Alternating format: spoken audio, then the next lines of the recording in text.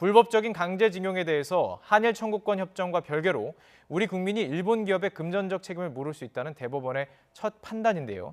취재 기자 연결해서 다시 한번 정리해 보겠습니다. 조성호 기자. 네, 대법원입니다. 자, 조금 전에 선고 내용 속보로 다 정리를 해드렸습니다. 그러니까 피해자들에게 1억 원씩 배상하라는 판결이 확정된 거죠? 네, 오랜 시간이 걸려서 최종 결론이 나왔는데요. 네, 대법원 전원합의체 선고 조금 전 내려졌습니다. 일제강점기에 강제로 끌려가 노역한 고 여운택 씨 등 4명이 신일본제철을 상대로 낸 소송에서 1억 원씩 배상하라는 원심 판결을 확정했습니다. 강제징용 피해를 본 우리 국민에게 일본 전범기업이 배상해야 한다고 인정한 첫 대법원 확정 판결입니다.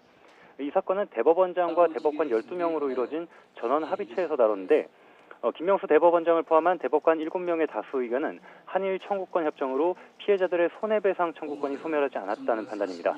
네, 일본의 식민 지배 침략과 직결된 반인도적인 불법 행위인 강제 동원에 대한 위자료를 요구할 수 있다고 본 겁니다.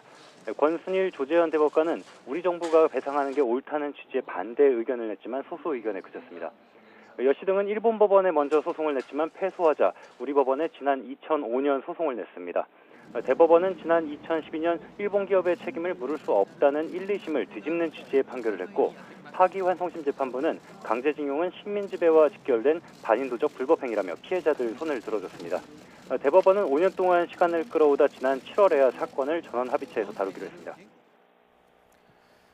자, 한 가지 더 짚어봐야 될 것 같습니다. 양승태 전 대법원장 시절 사법부가 재판을 일부러 지연시켰다는 의혹도 제기되면서 피해자들이 애를 태웠죠. 네, 앞서 말씀드린 것처럼 대법원은 5년 동안 시간을 끌어오다 최종 선고를 했는데요.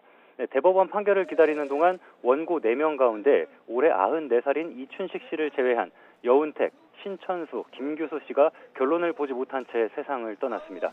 이 과정에서 양승태 사법부가 박근혜 정부 청와대와 공모해 재판에 개입한 정황이 드러났습니다.